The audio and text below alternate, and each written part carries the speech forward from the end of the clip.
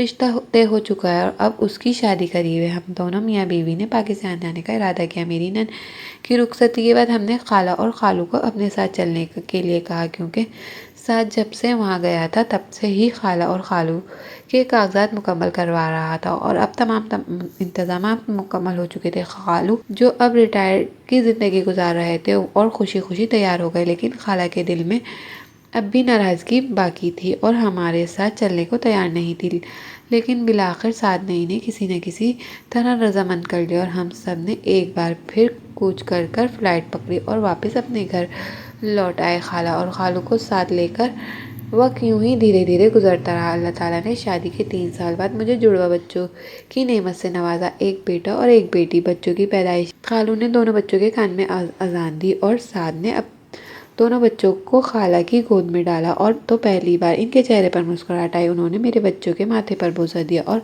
ان کے سر پر ہاتھ پھیرا اور انہیں اچھے مستقبل کی دعائیں دی۔ یوں آہستہ آہستہ خالہ کے دل و دماغ پر جمی ہوئی برف پگھلنے لگی اور گزرتے وقت کے ساتھ ساتھ ان کا رویہ بہتر ہونے لگا۔ آج جب میرے بچے صحن میں بھاگتے دوڑتے اور کھیلتے ہیں اور خالہ مسکراتی ہوئی نظروں سے انہیں دیکھتی ہیں تو آج بھی کبھی کبھار میرے دل میں یہ خیال آتا ہے کہ کیا خون کے رشتے بھی اتنا حسد اور بغض پال سکتے ہیں؟ کیا وہ بھی ایک دوسرے کے خلاف دلوں میں حسد رکھ سکتے ہیں؟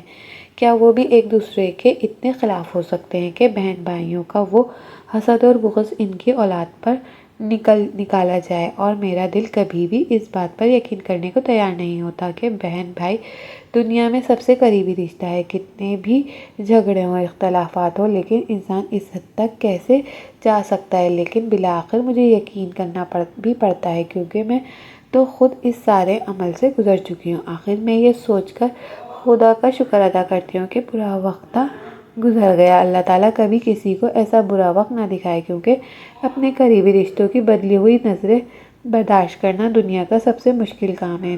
دوستوں، مزید اس طرح کی سبق آموز کہانیاں اور سچے واقعات سننے کے لیے ہماری ویڈیو کو لائک کریں، شیئر کریں اور ہمارے چینل کو سبسکرائب کرنا مت بھولیں۔ شکریہ۔ اللہ حافظ۔